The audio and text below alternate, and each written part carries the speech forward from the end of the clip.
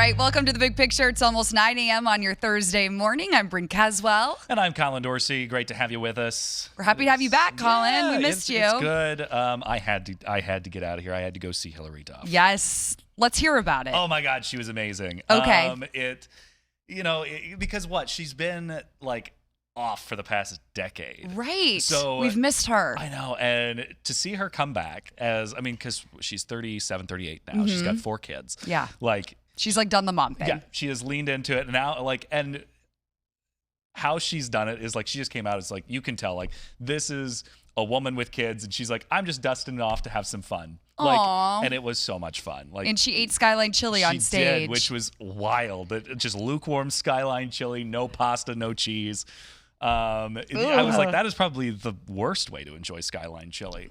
But it was I was living vicariously through you. So they crammed 25,000 people into River Bend in Cincinnati. I believe it. That's a huge venue. Yeah. Carla Rogner was there. I did not run into her. Yeah. Because too many people. Uh-huh. But it was so much fun. Well, we're happy to have you back. Let's get into today's top headlines. Okay. Oh, never mind. There we go. So we are following this crazy home explosion out of Canton. We are getting updates and images basically by the minute into our newsroom. We are talking with the city of Worthington about their growth in the city when it comes to needing more housing options for people of different family sizes. And then we have the Dublin Irish Festival people on, some Irish dancers. I can't believe it's already Irish Fest. I know, time. it's crazy. It kind of marks the end of summer in my brain too. For sure. But I'm really excited to have them on. We have some dancers coming to do a little Irish jig for us, so it's gonna be a blast. That's gonna be so much fun. I know, yeah. I know. There's a lot happening this weekend between the fair, Dublin Irish Festival. The summer has not stopped. Okay. No. All right. Well, let's switch gears to let's go to a heartbreaking story. Right. Right. Do you want to talk about this one first, or do you want to go to the Canton explosion? That's a good question. Let's start with Marsha's let's package. Do that. Yeah. Okay. So Wednesday, we do know a 2-year-old has died and was pulled out of a apartment complex pond. I'm sure you've seen them. A lot of these apartment complexes have these draining ponds there. How she got in there, we don't know. But according to a Columbus Police safety dispatcher, they were called to the Bayside apartment homes on Sebago Lane. This is right off Hilliard Rome Road. And they initially got called out there because there were reports of the child missing. And then that's what led them to find the child in a pond. Now, the entire neighborhood is very shook up by this. And Marcia Augustin, she spoke with some neighbors.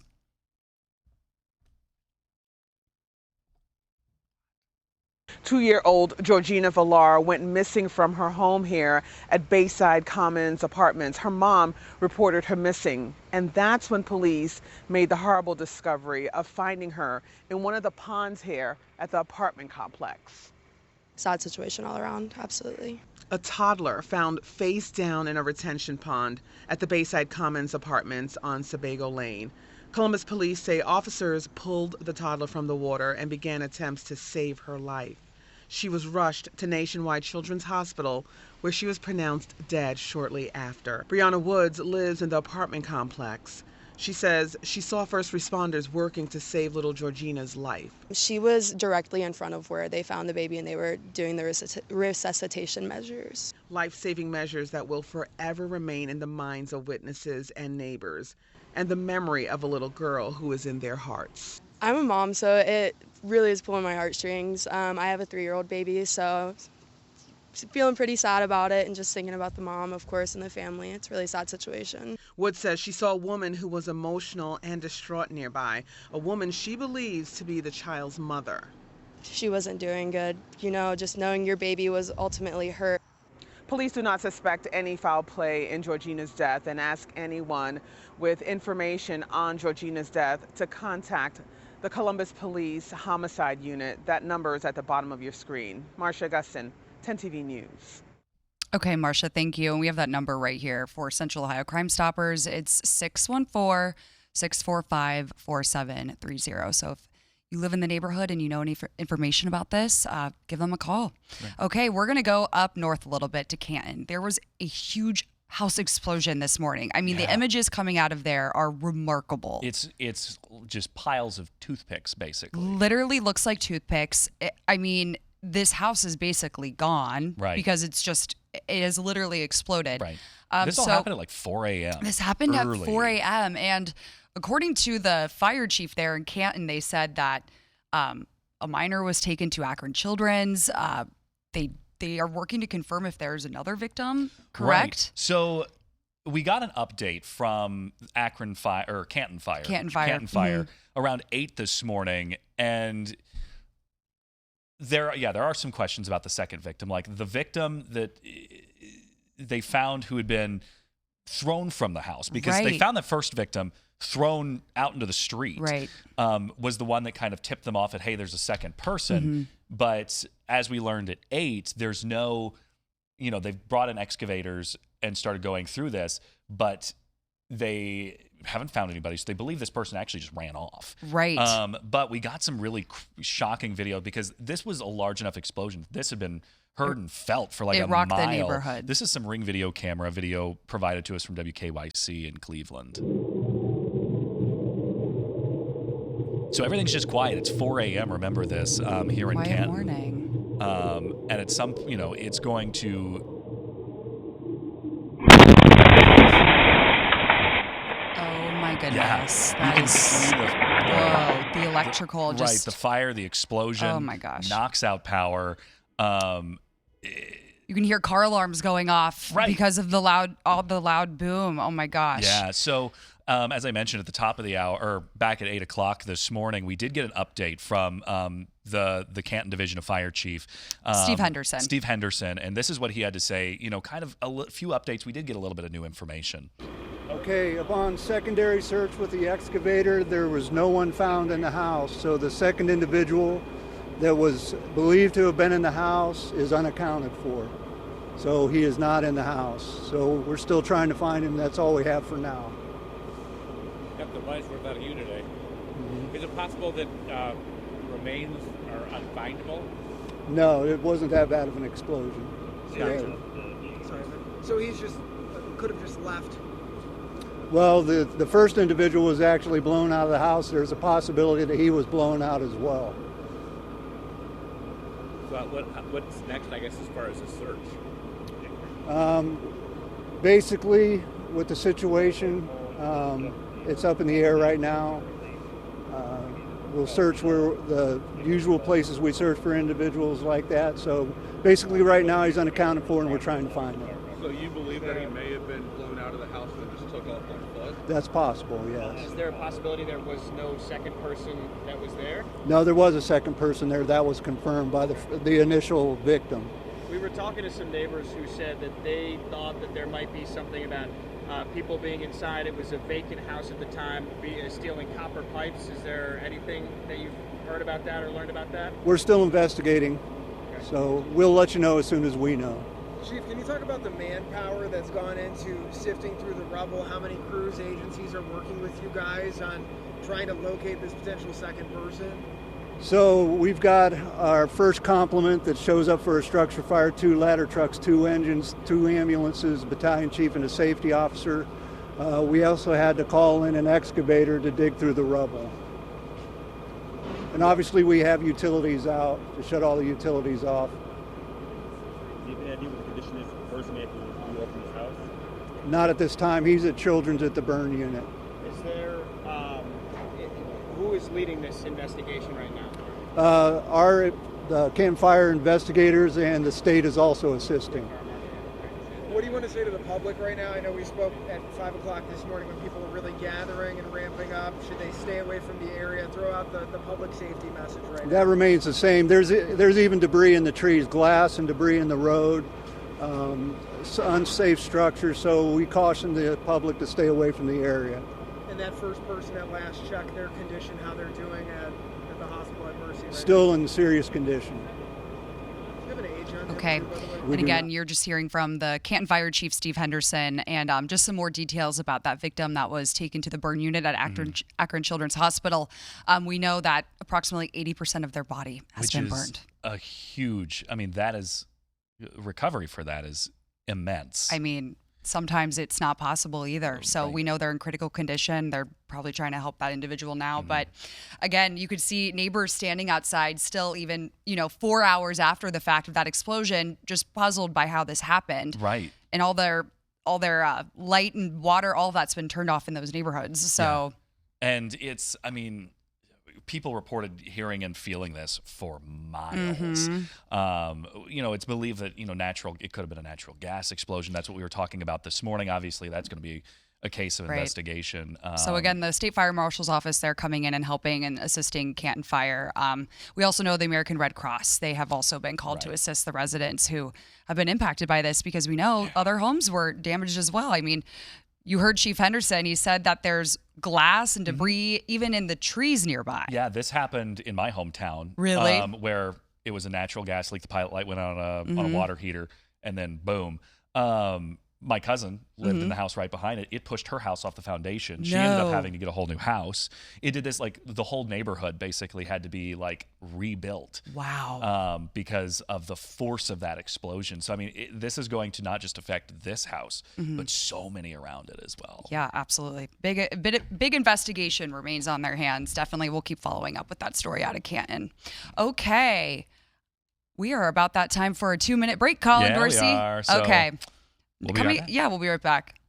I'm Tracy Townsend, anchor at 10 TV News This Morning. My goal is simple: help you feel informed and connected. Because when news moves fast, you need a team that moves with you. Make the move to 10 TV News This Morning, weekdays from 5 to 9, anywhere you watch.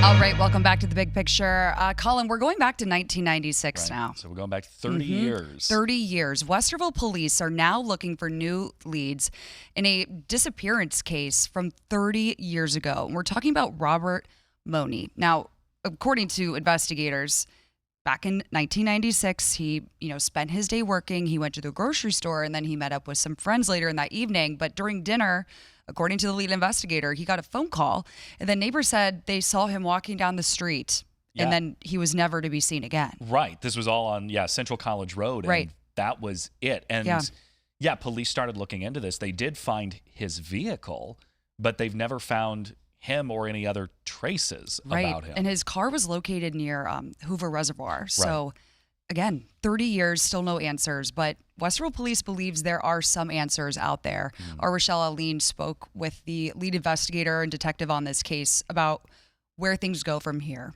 Westerville Police say July 16th, 1996 was business as usual for Robert Money. He had spent all day working, went to the grocery store on the way home, came home, met with some friends. Until he got a call in the middle of dinner. A neighbor saw him get into his car and head down Central College, and no one has ever seen him since. 30 years later, police say they still haven't found him, though they did find his car near the Hoover Reservoir in the area. At this point, Westerville police believe Money has died, and they suspect foul play in connection to his disappearance. We have no inkling that Rob was ever suicidal. He was never seen, parking his car where it was located, and he wasn't just swallowed up by the earth one day. He was on a mission to meet with somebody, and after he met with that person, he was never seen from ever again. As of now, all leads in this case have run out. And to help close it, Westerville police are asking anyone who knows anything to speak up. And they're hoping that the age of this case will make potential tipsters more willing to come forward. Be it spiritual or just guilt automatically can just drive someone to come forward with even a little bit of information that they may think is, not consequential for it, but it may just be that missing piece that the police need for closure. And if you have any tips in connection to this case, you can call 614-901-6866. You can also email tipline@westerville.org. In Westerville, Rochelle Aline, 10 TV News.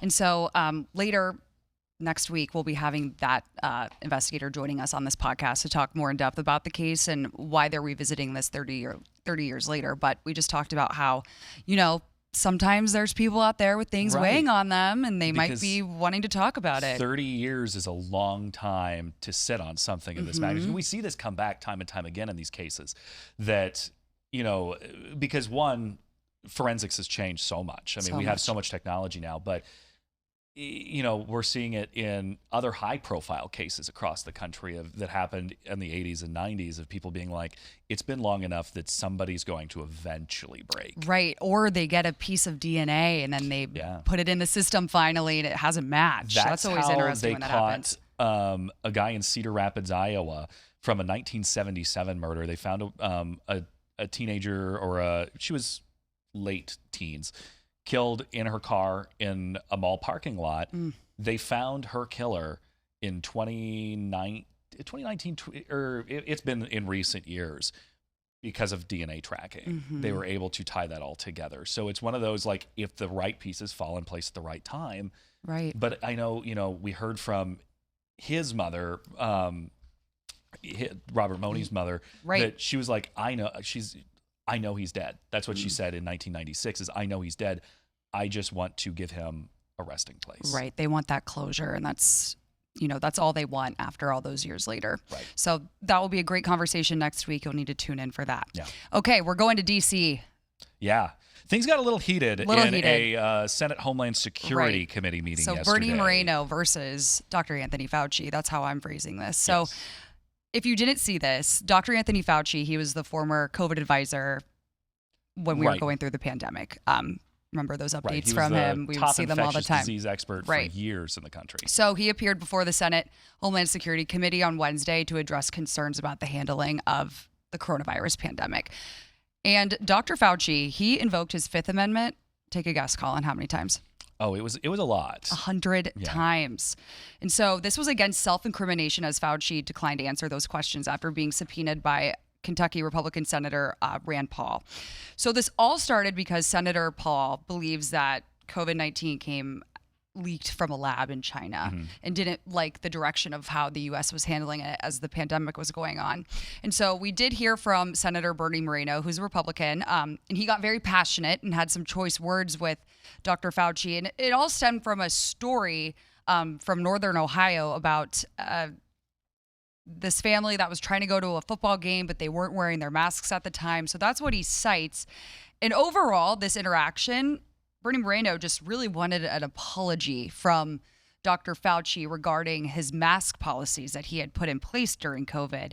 We have this full interaction. I wanted to play it in full so you can all take a listen. There was a mom in Ohio during the depth of the coronavirus pandemic decided to go to her high school football game for her son. They hadn't been out much. The kids had been learning at school, and then the school got shut down. They hadn't really gotten much out of that education, as any parent knew that remote learning was no learning at all. But it was a Friday night.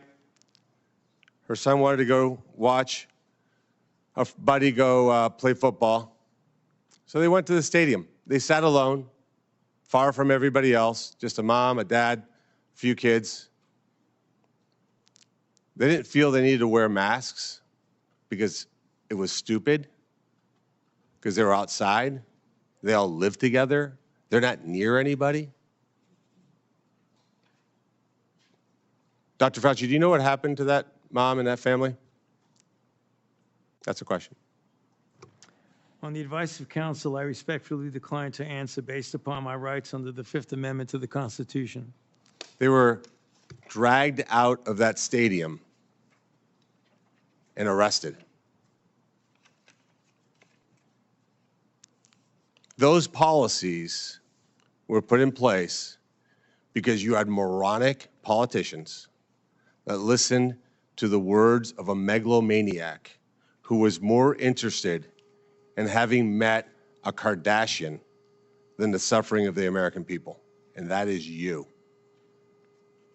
Your advice to communities like that, to idiotic politicians who enforce those rules, arrested that mom for watching a football game with her own family outside. When that story broke, I said to myself, I cannot stand idly on the side and watch this happen. It was about 6 years ago today that I decided I'm going to give up my businesses, sell them all, run for office, run for the United States Senate. Here I am sitting in front of you 6 years later saying, who the for doing that? It is a total disgrace what you did to this country. And if my Democrat colleagues are standing there defending you, I hope the voters of the United States of America watch the clips of every one of you doting on a guy who was more interested in being a celebrity than saving American people. I will make it my mission to make certain that every single one of those Democrats who did that. Okay, so as he continues to speak, he asks Dr. Fauci one more time, can you apologize for the mask policy? Basically, I'm summarizing what he said, because obviously it was a long thing for 4 minutes. But Dr. Fauci obviously pleaded the fifth again, and the committee basically of Democrats are accusing Republicans of bias. Right, and it's also important to note that pleading the fifth has become incredibly common in American politics. We see it time and time again in all these hearings. For example, President Trump used it 400 times during his 2022 civil trials. And some of it, too, is that because in instances like this, in these hearings, because Dr. Fauci has appeared before Congress so many times since then, if anything is not said exactly the way it was 7 months ago or whatever the last time was, they could use that as some sort of case. But anyway, So Democrats, I mean, they obviously have a whole different opinion of all this. This hearing is the culmination of a years-long crusade, which started more than 6 years ago when Dr. Fauci dared to contradict President Trump. Okay, so what's next? The big question. So the committee will vote next week if this measure moves forward to the full Senate. So then after that happens, there will need to be 60 votes for this to be referred to the Justice Department for possible criminal charges, which, wow. Right, but getting 60 votes in the Senate is... Could take a lot. I mean, that takes a lot. It's not there. Yeah. They don't exist. We'll We'll see. So we reached out at 10 TV to Senator John Husted in Ohio, Democratic Congresswoman Joyce Beatty, of course, Governor Mike DeWine, all for comments about, the interaction between Bernie Moreno and Dr. Fauci. And no one responded except for Governor DeWine, and he said no comment. Right. So we'll leave that there. Yeah. Okay. We're talking about development in Worthington. We'll be back in 2 minutes. Not every weather impact day is dangerous, but plenty are inconvenient. That's where our weather impact team comes in with the details that matter the most. Live, local, whenever you need it. No waiting, no guesswork. Stay in the know and be prepared with 10 TV.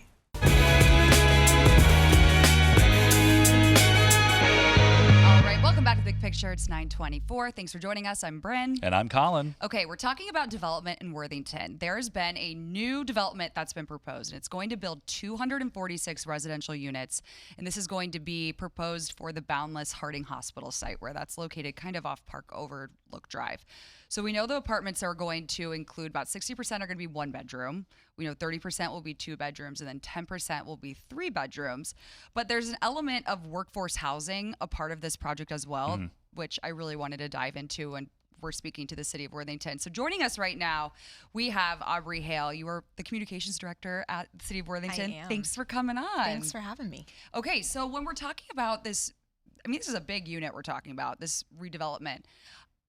What are you guys seeing within the city when it comes to having more housing options for families in Worthington? So we are seeing that there are people who are moving into Worthington. However, we know that additional demand exists. So in 2023, City Council had directed staff to start working with a consultant. And they started on a housing study. And what that housing study ultimately found is there is additional demand for housing. And they started a conversation around, housing in the region, which isn't just something Worthington's talking about. It's also a conversation in the Central Ohio region. A lot of pressure, a lot of need. And so the city of Worthington set a goal of adding 1,300 additional units over time as development occurs, and to try to do our part to relieve a little bit of that pressure, but also making sure we're meeting the demands of the community. And, I love Worthington. It's a beautiful little, community suburb of Columbus, and being on the north end and both partially inside the outer belt, but also outside of the outer belt. You kind of cover both sides of it there. What makes Worthington such a desirable place to live? Worthington is a great place to call home. So we are centrally located with access to transportation networks. However, we have a fantastic school system, a really strong business community, very rich history, a vibrant downtown with Old Worthington. We have amenities for all ages, events, and just really that close-knit community feel. It's just a wonderful place, and we're really proud of it. I remember when I moved back to Columbus, I wanted to get a place in Worthington, but I couldn't find anything that was meeting my needs and my husband's, which made me a little, heartbroken because I love Worthington. But talk to us about, besides having more mixed use options for families, what other limitations would you say the city of Worthington's facing when it comes to providing more housing? So we talked a little bit about the additional need, but we know that prices are rising. There's limited availability, and we want to make sure that there are options for a wide range of price points. But we are also seeing that as a developed community, there are considerations that we have to think about, like available land, infrastructure, and services that are provided. So being really thoughtful about how to go about adding those units is really important. Because we always talk about just Olentangy, like as a school district, they're building and building and building more schools. But in Worthington, we're kind of locked around.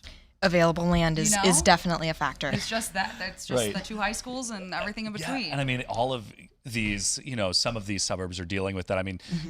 Whitehall, Grandview Heights, UA, everybody's kind of in that. We have nowhere else to go. Right. So we have to deal with what we have. Yes. What are some of the options when it comes to housing types is the city considering? So looking at not just single family, but multifamily, and looking at the wide range of tools that might be available in the future. So whether that's accessory dwelling units or looking at those, 1, 2, 3, 4 bedroom, whatever that may look like. And something that we often talk about is aging in place. And so making sure that we have both options for, like you mentioned, anecdotally, we hear a lot from families who they've launched their children and those children are starting their careers and maybe want to come back to Worthington to call it home, and they might not be able to find a product at the price point that they're able to afford. But on the other end, we want to make sure that we grow alongside those who live in Worthington, and as they age, their needs and their desires may change, so that there's a product for them to be able to move to as well and still be able to serve that need. And when we talk about workforce housing, a part of this project, 74 units will be about 80% AMI for the mix of 1, 2, and 3 bedrooms scattered across the development for a minimum of 10 years. Put that simply for me. What does that mean? I can do that. So workforce housing means housing that is affordable for those who are making between 60 and 80% of the median income for the region. And so what that looks like in practical terms is when you think about 60% of the median income, you are thinking about, somebody who might be early in their career, that entry level salary, somebody who's maybe in retail or the service industry. And when you look at 80%, you are thinking about someone who is in a different service industry, public service, education, healthcare, and we want to make sure that there are options for them to afford because they are very much a part of a vibrant and safe community. And having that diversity is very important. Right. And the Worthington Mall, how there's those apartments right next to it. I feel like whenever there's a change, people that love Worthington and from there, they don't like to see a lot of change. Why do you think some people are having pushback for this project?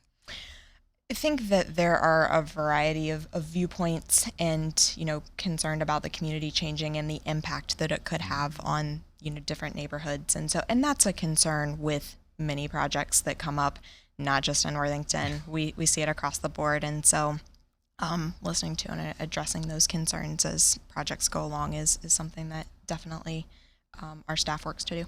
All right. Thank you. Audrey, Thank you so thanks much.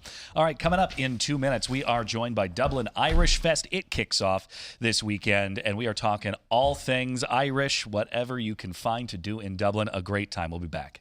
I'm Yolanda Harris. I'm a journalist at 10 TV News. I don't just report about our community, I belong to it. And that's why we care so deeply about getting it right. And when local journalism is done right, it moves. It moves you to act, to verify, to volunteer. And yes, it moves your heart through the kind of human storytelling that stays with you wherever you are. And at 10 TV, we're here for all of it. These are the stories that move Central Ohio. All right, welcome back. It's 9:33 Yes. on your Thursday here on The Big Picture. I'm Collin. She's Bryn. Right now, we are talking Dublin Irish Fest. Oh yeah, this is the biggest festival for Dublin outside of Dublin, Ireland. I mean, I don't know if people really realize that. That's Right. a big deal. It's a huge deal. Yeah. One of our Irish musicians said, why would we ever have an Irish festival? I mean, would you have an American festival? And we're like, no. So, yeah, it's huge. Right, because it's like between you and Waterloo, Iowa, have like the two big Irish festivals in the country. I've never heard of Waterloo's. It's an enormous one as well. It's horrible. Ours is so much It's better. I will give Dublin that one. Well, Frank Wilson, you are the former honorary chair of the Dublin Irish 2009, Festival, and then yep. Shirley, you were with the City of Dublin. Thank you two for coming on. What can people expect this year? Yeah, it's an exciting 3 days of music, dance, and culture, all in Kaufman Park. It kicks off tonight, actually, with our 5K and Kids Dash in historic Dublin. And then we toss it over for the 3 days, and it's got everything that you can imagine, a full big Irish festival. Wonderful. And then let's talk a little bit about, the history between Dublin, Ohio, and Dublin, Ireland. Mm-hmm. Sure. So the city of Dublin is actually a friendship city with Dublin, Ireland. The city itself got its name because of our surveyor, John Shields, was originally from Ireland, and when he came to the Dublin area, saw the city, was given the opportunity to name it, and said it reminded him of his home in Dublin, Ireland. Yeah. Do you have anything to add to that? Yeah, so the Irish Festival was started by 4 families that just decided one night they wanted to host a dance competition. They literally put their cars at a tennis court, turned on the lights and some music, and started the Irish Festival well over 35 years ago. One of the original 4 is also a former honorary chair, Kitty Munger, and she's still with us and very active with the festival still today. Oh, that's awesome. So talk to us about the tickets. There are some discounts available as well. Where are the starting prices at? Certainly. So I highly recommend everyone goes to DublinIrishFestival.org. Buy your tickets online. You can save $5 before. Don't buy them at the gate. Buy them online. And then also, if you're looking for another way to save money, and also give back to the community, come out on Sunday before 11 a.m. We recommend that you bring a donation for the Dublin Food Pantry, whether monetary or non-perishable food item, and you'll be able to get free admission. So fun. And there's going to be dancers and singers. Talk to us about that. Well, there's a ton. And, in addition to the website, if you're going to come so that you see everything, download the app. It takes you just a couple minutes and you can find everything. So we have, I think, 5 different stages with music, dancing. There's a lot of small cultural tents that you can learn about Irish culture, Irish cooking. There's a ton of food. There's, of course, Guinness, but there's also Pepsi products. It's a family-friendly event, and we're going to get a little bit of rain Saturday, but it's we'll like see. Ireland, There's a chance. right? We'll see. A little bit of that. But that knocks the temperatures down. That's always our biggest complaint is how hot it can get sometimes. So we should have a really good weather weekend if you can tolerate a little bit of raindrops on Saturday. And let's talk about the philanthropy element of all of this. Talk to us about what organization you're supporting and what you need people to do when they come. Sure. So we have a couple ways that you give back to the community. So there's a scholarship for the Dublin Irish Festival's volunteers. There's 2 seniors who can apply for that. So there's funds there that go to support education, but then also with the Dublin Food Pantry, that's one of our biggest beneficiaries of the festival. Since 2010, we've donated more than 220,000 pounds of food, and then more than $150,000 to that community organization. And then also there's several local community organizations that do the sharing of the green. They will pour drinks and they can get a portion of the proceeds back to their group. And we've given over $100,000 There's for a lot that. of band boosters and athletic Yes. organizations and Yeah, stuff like that, and wonderful. churches. Okay, now before we get to our next act, I'm looking at glitter out of the corner of my eye. Not me. No. Yes. I see some wonderful dancers with their fabulous outfits on. Can you talk to us a little bit about the history of Irish step dancing? It's so fun to watch. Well, I have no coordination, so I don't Irish dance, but it's been, as I mentioned earlier, it's at the core DNA level of the Irish Festival. It's really how we started. And Richens Tim, who is with us today, is one of our best leaders. And you know, as you go throughout the festival, you may see 100 dancers on stage, you may see 2. And I'm going to need some. We actually have a national social media star. Yes, the Gardner Brothers. Brothers. So they are a TikTok sensation. They mix. I've seen them. You've seen them, They're of so course. good. Yes, Yeah. they mix that modern music with Irish dance, and so there's different styles of Irish dance. There's the hard shoes. That's what they'll do a lot of, and I think you're going to be seeing some what they call soft shoe today.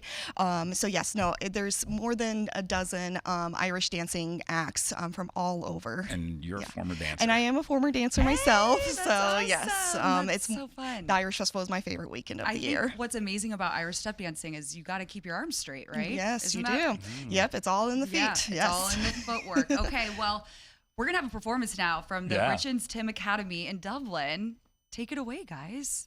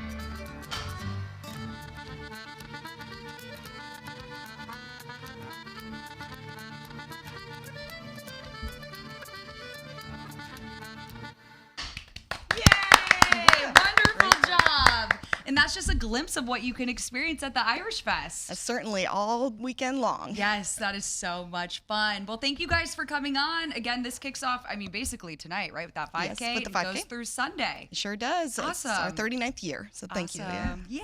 Thank Thanks you for having guys. us We'll be on. right back. All right. Not every weather impact day is dangerous, but plenty are inconvenient. That's where our weather impact team comes in with the details that matter the most. Live, local, whenever you need it. No waiting, no guesswork. Stay in the know and be prepared with 10 TV.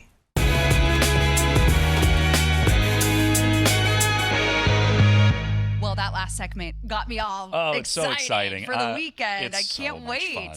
Oh, Yeah. they were so great. We Yeah. cannot thank the city of Dublin for coming in enough for that. Okay, so Big Ten Media Week. That's been Yeah, day? it's media It's felt day, like a but it week is to me. days plural. Yes.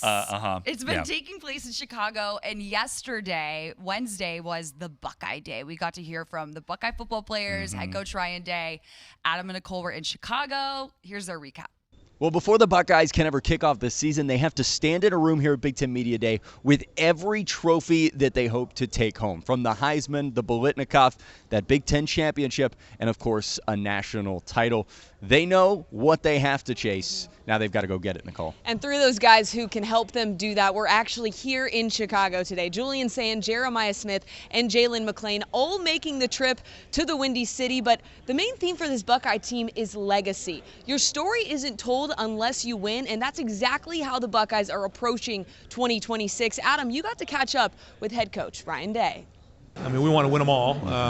When you look at kind of how we started last year with the Texas game and through the regular season, you win 12 straight, but you just don't finish the season the right way. And so we had to identify why those things were and get those things fixed. This year's a completely different story. Different group of guys, mostly on defense, but also the schedule is very, very different. It's a monster schedule we have. So we're going to be salty in season like we've never been before late in the season because of our schedule. You look at the road games that we have to play this year. I mean, it's going to be great because it's such a great challenge, and we got to be on every week. One of my favorite things that I don't think a lot of people know is the books that you guys read in the summer. And you talked on stage about the military message you guys have been saying. How important is that to the locker room? Kind of what has that message been this summer? Well, the book that we're reading is Legacy, which is a book about the New Zealand rugby team. And for us, we want to leave a legacy behind. In a day and age where it's about NIL, it's about me, it's about how much money can I make. These guys need to understand they're at Ohio State. And this program means more than anything else. It's bigger than any one person. And so we want to leave a legacy behind. How do you leave a legacy behind? Well, you do it by leaving the jersey in a better place when you find it.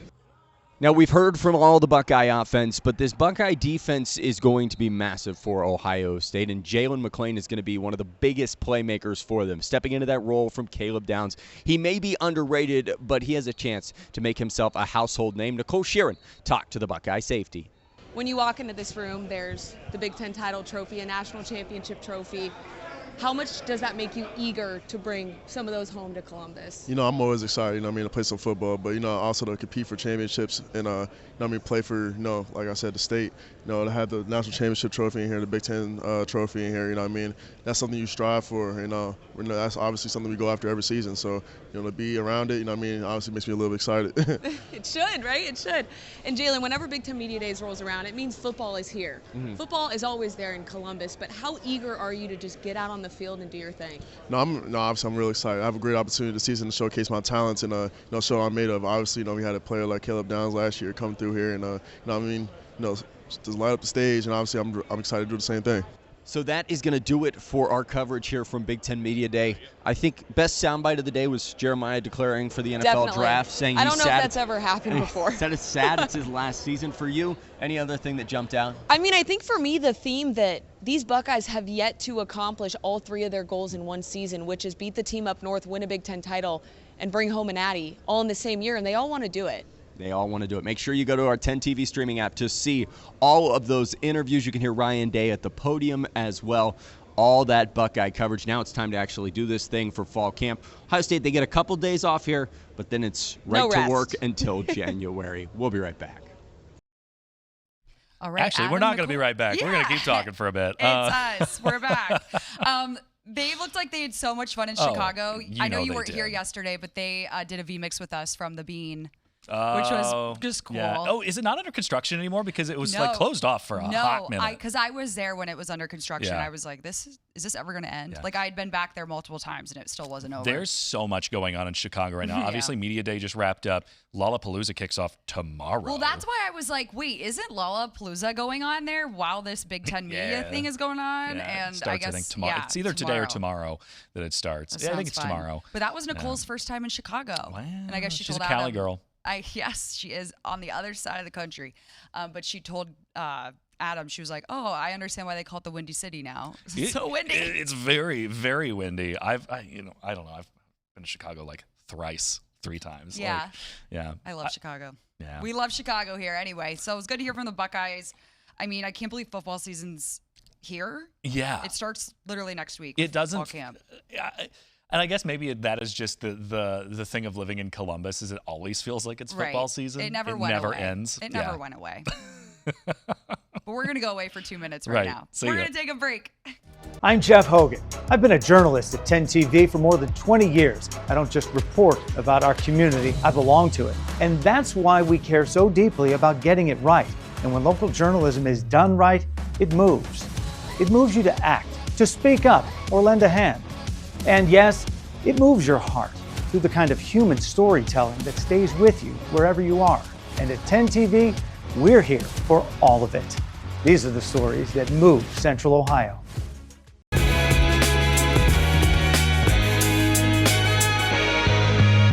Welcome back to the Big Picture, 9:52. We are going to wrap up this episode in the next couple minutes, but we got to talk about the fair again. It's fair. It's fair And it's also $3 Thursday. Exactly. Which Today, is so exciting. you can go to the fair and you can get select food items for $3. Right. Each booth is basically participating in it. Yeah, and they're smaller sizes than you get like if you were paying full price, but for $3, I'm going to... You know what? Sit me down there with a $20 bill. I mean, like, I'm going to try it all. Dinner for the whole family. I love it. And I think that's kind of what, a lot of the thought process behind that was how do we get more people to come in, bring that commerce part to it and talk about that. Because no one really wants to go to the fair and spend a lot of money. Expensive. You know what I mean? Like, But who wants to do that? To be able to do it and do it that way. So here is a little look at the opening ceremony from yesterday with Governor Mike DeWine. No matter where you come from. And whether you came to Ohio 6 months ago or whether your family has been here for 6 generations, you are an Ohioan, and the Ohio story is your story. And those are some of the things that we want the fair to bring out in people and people to feel when they get here. Okay. And again, today, $3 for food items. And next Thursday's the same way. So both Yes. Thursdays are discounted food days. Yeah, and there's more coupons online too. We can't stress this enough. Right. If you go to our website, we have links posted right now that you can print out these coupons and use them while you're at the fair. And if you need a little help getting there, obviously we've got all the information that you need to know. Here at 10 TV, all you need to do is text the word FAIR to 614-460-3345. That is 614-460-3345. Yes, and just a little safety update for families with kids who might be trying to go to the fair this weekend. After 6 p.m., kids under 18 and below, they need to be accompanied by someone that is 21 years or older. So that is a big safety initiative from the Ohio State Highway Patrol that they're putting in place this year with the fair. And then I got to show you this story. Yeah. This is, Jeff had a one-on-one with the First Lady of Ohio, Fran DeWine. And they got to look at the new beautiful carousel that was gorgeous. made in Marion, Ohio. It is a piece of art. It really is. Yeah. It's stunning. Right. Here's Jeff. Welcome back, 10 TV Day at the fair, all things Ohio. And if you're going to talk about that, you have to talk about this. Made in Marion, designed, engineered, built in Ohio. This beautiful carousel was co-designed by none other than First Lady Fran DeWine. Yes. Thank you so much for joining us. What do we have here? The Trumpeter Swan. This is the Trumpeter Swan, and it was endangered in Ohio. There weren't many left, and we've been able to bring them back. Well, our Department of Natural Resources have worked to bring them back. Now this looks unfinished. So this one is really for handicap. This will actually take a wheelchair. You can actually fasten a wheelchair in here. It's the Woodland Gardens, and so you see all the woodland creatures here. All of them, the birds, everything, the flowers, the deer, all of them. It's going to be painted, but I personally think it looks beautiful in this natural wood. Being a carpenter's daughter, you would think that. Right, and but I think that when you see this, you realize the work of carving these out, that all these are wooden, so it makes you understand that all of them are wooden and how beautiful it is. There's no question that every single one of these is so unique and so beautiful. The artistry that went into it. This one might scare me. I don't know. Dunk, right? This is dunk. Dunkleosteus. It's Ohio's official fossil fish. And so we decided, since it's our official fossil fish, why not put it on? So some people said, oh, it's too scary. Nobody will ride it. Well, this is like the #1 pick for a lot of people, especially little boys. They like that ferociousness of this Dunkleosteus. But I think what's amazing is how they made the saddle, just the artistry of the seaweed and everything. It's just unbelievable. They've really pushed the limits of what you can do with wood. Oh, yes, yeah, it really is. It's beautiful. This one I found quite interesting here. So this is our chariot. Just for children. You can imagine sitting in it reading a book. We really did it for the Imagination Library, for Dolly Parton's Imagination Library. And the first book you get in the Dolly Parton Imagination Library is The Little Engine That Could. It just represents fun for families. And, what's more fun than going to the fair and riding the carousel? It stands for a lot, and everybody must see this. When you think about this and people say, oh, I'm going out to the fair, meet me at the carousel. Thank you, First Lady. Thank you. Appreciate it. Don't be jealous. Back to you. What a sweet interview. So here's some fun facts about this carousel that was built in Marion. So guess how many hours it took?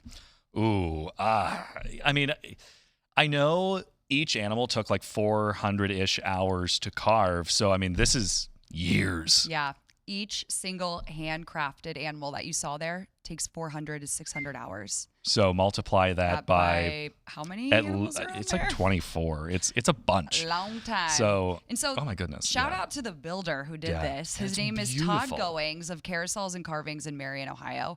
And each individual animal that we saw there starts out as a plain pile of wood. Yeah. And he does everything from hand. It is I can't get over just how beautiful I know it is. I mean, it's one of those like I would almost be like I don't want to get on it because it's so just pretty to look at. Yeah. And obviously there's the butter cow in there. That's my favorite. The butter cow is cute. That's so cute. Besides the little fossil fish. Right. That was also kind of cool. So the carousel it's going to cost you a little money. It's going to be $3 per person, but parents can stand and ride with their kids for free.